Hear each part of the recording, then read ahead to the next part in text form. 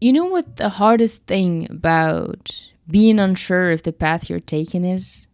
It's the endless cycle of overthinking and rehashing ideas over and over again.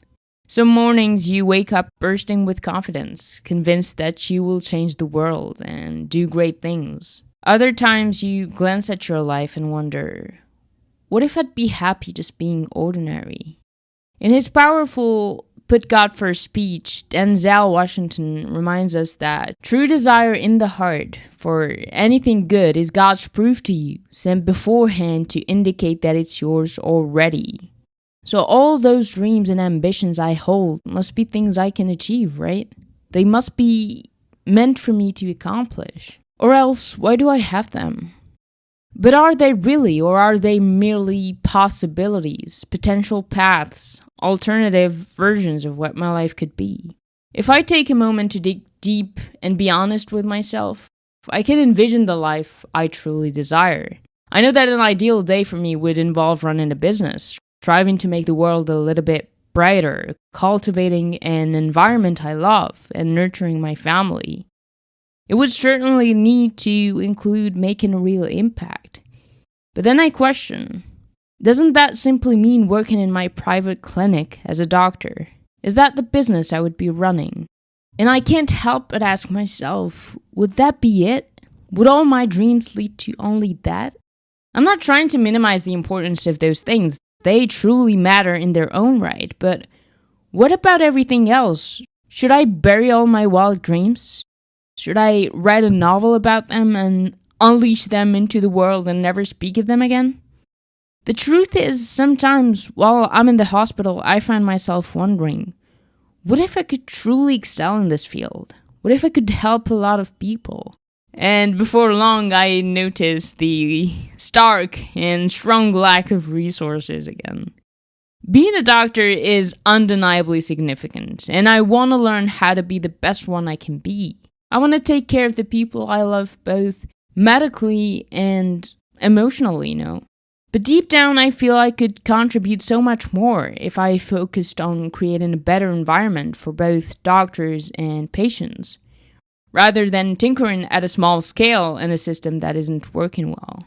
Whenever these thoughts surface, I am reminded of a beautiful night not long ago on the metro in Dubai. I was dazzled by the breathtaking view, the wealth, the technology, and I could see what the future might hold, but the most striking thing was realizing that the future is being shaped right in front of us by ordinary people just like us.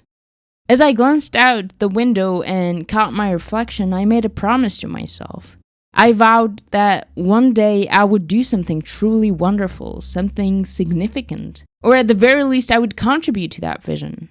You know those promises that feel sacred, unbreakable, the kind that gives you goosebumps and brings tears to your eyes? That was definitely the kind of promise I made to myself. I can't abandon that little version of me, full of hope, working hard, dreaming big, because I still hold on to those dreams. They were never just a phase. But what if I fail?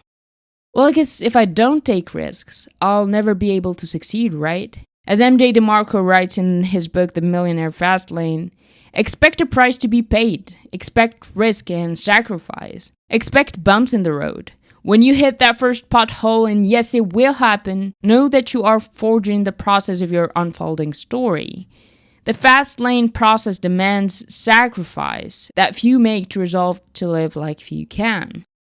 So many people have built incredible things that once seemed unimaginable, like Disney and Ford.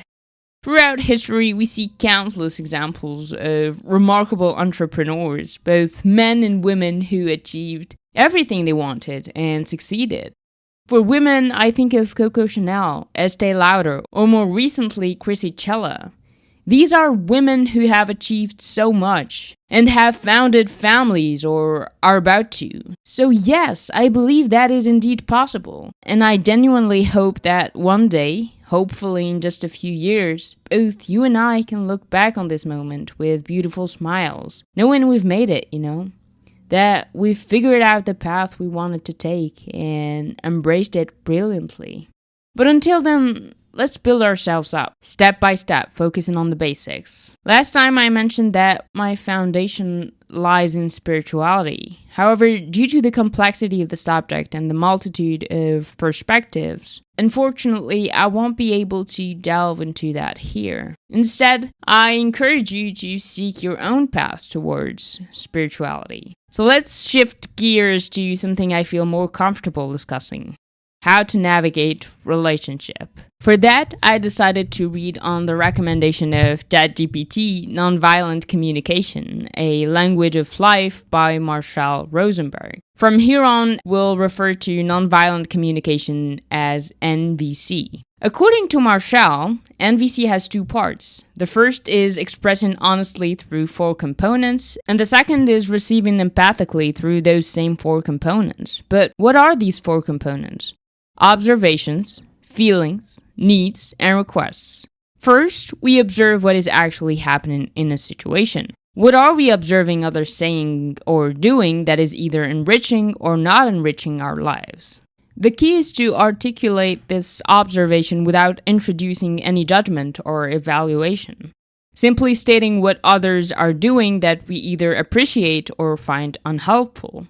Next, we express how we feel when we observe this action. Are we hurt, scared, joyful, amused, or irritated? Finally, we articulate what needs of ours are connected to the feelings we have identified. This awareness of these 3 components is crucial when using NVC to express ourselves clearly and honestly. For instance, a mother might communicate these 3 pieces to her teenage son by saying, "Felix, when I see 2 bowls of soiled socks under the coffee table and another 3 next to the TV, I feel irritated because I need more order in the shared space of our home." She would immediately follow this with the 4th component, a specific request. Would you be willing to put your socks in your room or the washing machine? This 4th component addresses what we desire from the other person that would enrich our lives or make our experiences more fulfilling. As I first read this, I admit it felt a little childish and honestly a bit annoying, and it required too much effort to apply. But as I continued reading and witnessed the impact it had on some people, I decided to stick with it. I'll share some of these stories with you as we navigate this subject today and in future episodes. But before we dive deeper, let's discuss the kinds of communication that block our natural state of compassion. Certain communication styles alienate us from our innate empathy. Moralistic judgments are the first example. Imagine you have an argument with someone, and instead of listening, you say things like, "The problem with you is that you're too selfish," or "You're too lazy," or maybe even "That's inappropriate." According to Marshall, these are forms of judgment. They imply wrongness or badness on the part of those who don't align with our values. It is a language rich with words that classify and dichotomize people and their actions. When we speak this language, we judge others and their behavior while preoccupying ourselves with who's good, bad, normal, abnormal, responsible. Well, you get the thing, right? I know that my own communication has often steeped in this judgmental approach, It has caused me trouble in my relationships. And before reading this, I never saw it as something that needed changing. For me, I simply believed that some people were good and others were bad. And life was that way. But that also implies I'm perfect enough to judge others, which is absolutely and clearly not the case. Marshall writes, when we speak this language, our focus shifts to classifying, analyzing, and determining levels of wrongness rather than understanding what we and others need and aren't getting. For instance, if my partner wants more affection than I'm giving her, she becomes needy and dependent. Yet, if I desire more affection than she's providing, she's labeled aloof and insensitive. Communicating this way helps no one because, as Marshall emphasizes, when we express our values and needs in this manner, we increase defensiveness and resistance among those whose behavior concerns us.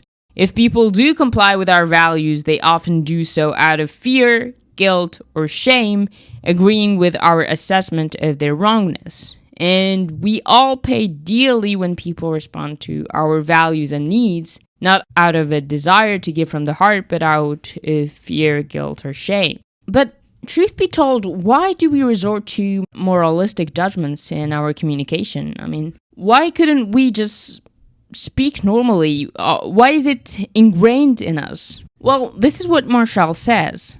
Everyone makes value judgments about the qualities we appreciate in life. For example, we might value honesty, freedom, or peace. Value judgments reflect our belief about how life can be best served. We make moralistic judgments of people and behaviors that don't support our value judgments. For example, violence is bad, people who kill are evil.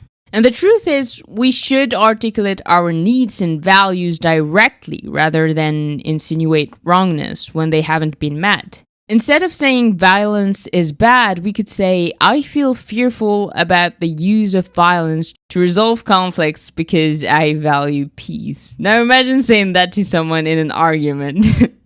That would definitely be weird. I mean, for me. Maybe at first, I guess. But truth be told, if you've ever encountered such a situation, you likely know how important it is to separate our observations from our evaluations. So what does that mean? Marshall provides some clarity on this. The reason we have trouble in our communication is that we confuse the two, that is, moralistic judgment and value judgment, and collapse them into one. For example, we say things like, you're wrong to feel that way.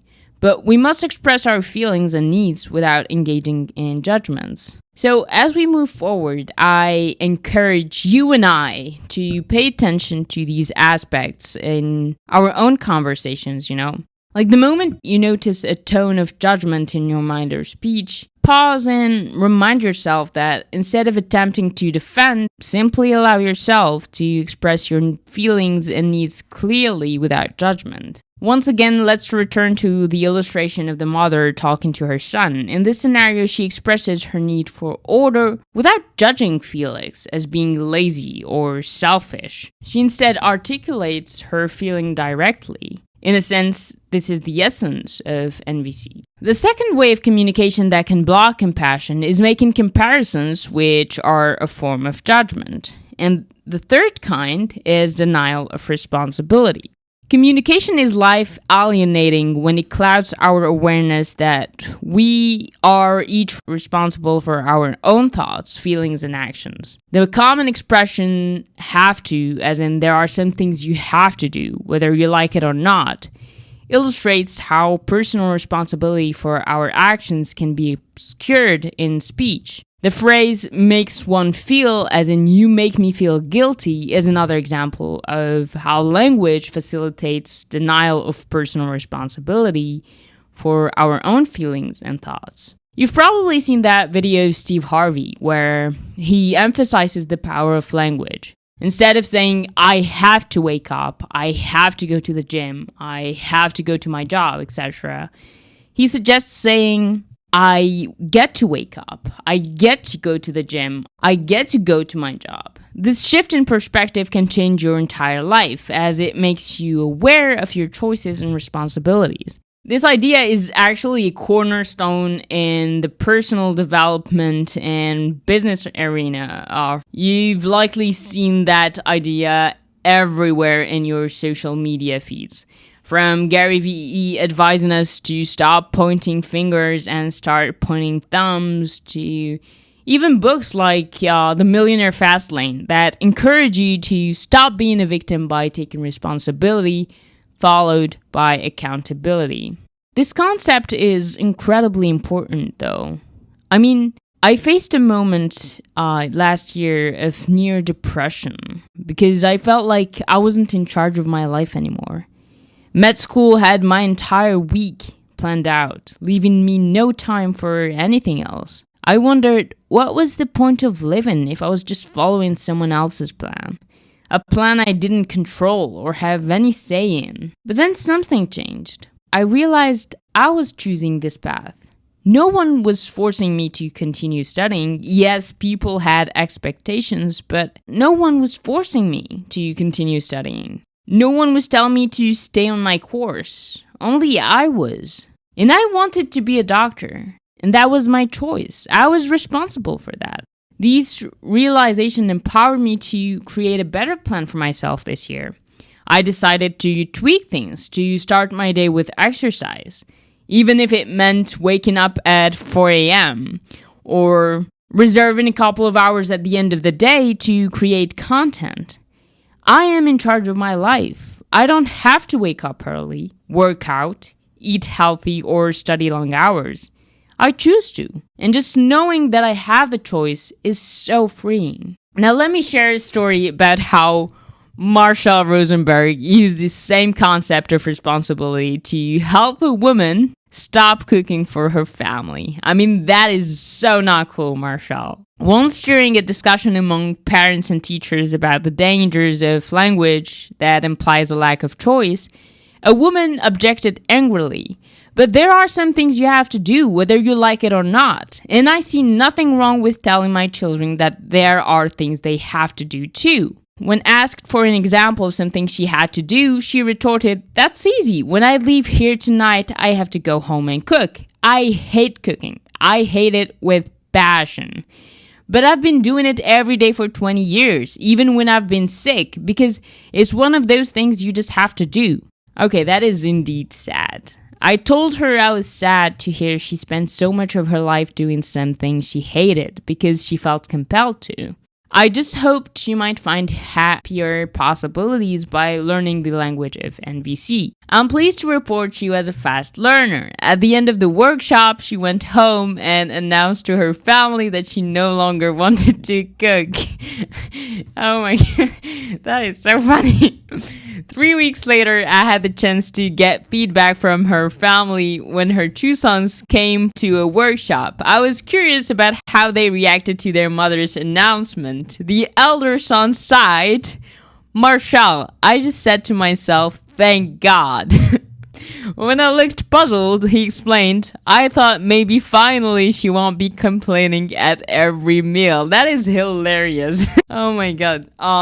Anyways, let's go on to the next part. There are two other forms of life alienating communication. One is communicating our desires as demands and trying to make others do what we want, which is quite impossible.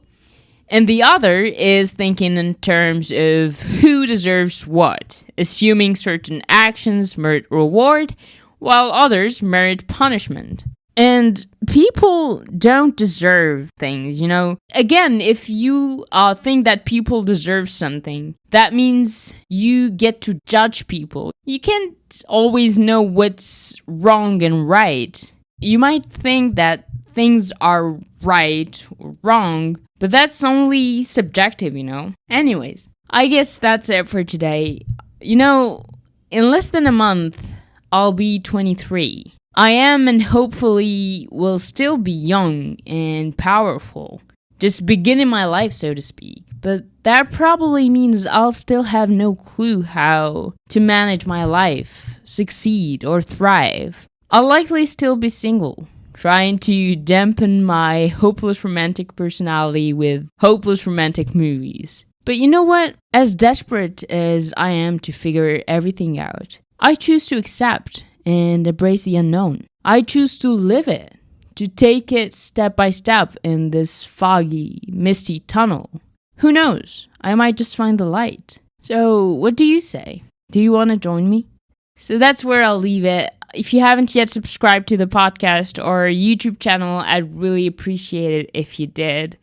Your support goes a long way in motivating me to keep chasing my hero and sharing this journey with you. Thank you so much for tuning in, and until next time, take care and keep chasing your hero.